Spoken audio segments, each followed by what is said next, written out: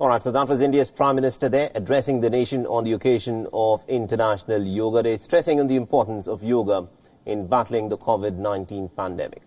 Let's now shift our attention to some other stories now, where China is not known for giving much liberty to its people, with a ban on social media platforms such as Facebook and Twitter, and also a tightly controlled state-run media. The Chinese people, the common Chinese people, have very little access to any other version on issues of importance apart from that is presented by the regime.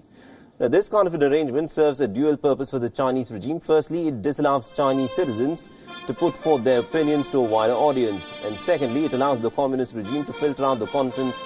And this, of course, is exactly what the administration has done this time round as well. The Chinese social media app WeChat has removed the statement that it was made by the Indian Prime Minister Narendra Modi on the recent Galwan face-off from its platform. The Prime Minister Narendra Modi, in his very first official statement on the 19th of June, and just a day later, the Chinese citizens have been denied access to the Indian version of the issue. A message put up by WeChat read that the content violated local regulations.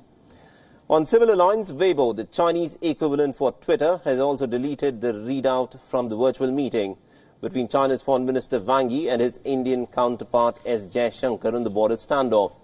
An earlier statement by the Indian Foreign Ministry on the issue has also been taken down across different Chinese media platforms.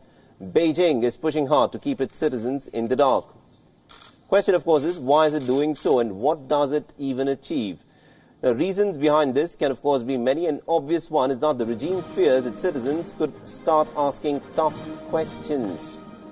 China is putting up what is described as highly curated content for its public. It seems to want to project a more muscular image domestically and gain the unwavering support of its people in its agenda, no matter how malicious the repercussions might be for others. Beijing has also refused to give out the number of casualties on its side in the face-off at the Galwan Valley on the 15th of June. Now, Hu Xijin, the editor-in-chief of Global Times, the official mouthpiece of the Chinese government, has said that China did not want to stoke the public mood at this point of time. Now, Xi Jinping said that releasing the number of casualties could actually lead to comparisons and therefore raise tensions further between the two nations. A reasoning that is just not good enough to not give out the damages on one side. Now, presenting its own version of how things unfolded at the Galwan Valley on the night of the face-off, China's Foreign Ministry spokesperson Li Jianzhao has given a step-by-step account. He squarely blamed India for the provocation. Now, Li Jianzhao is one of the few people in China who has access to Twitter.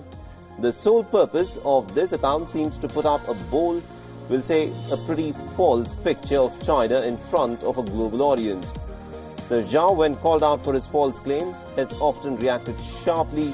He's blocked many Indian journalists from his Twitter account, another instance of how China is trying to shun criticism and go forward on its own single-minded, narrow agenda.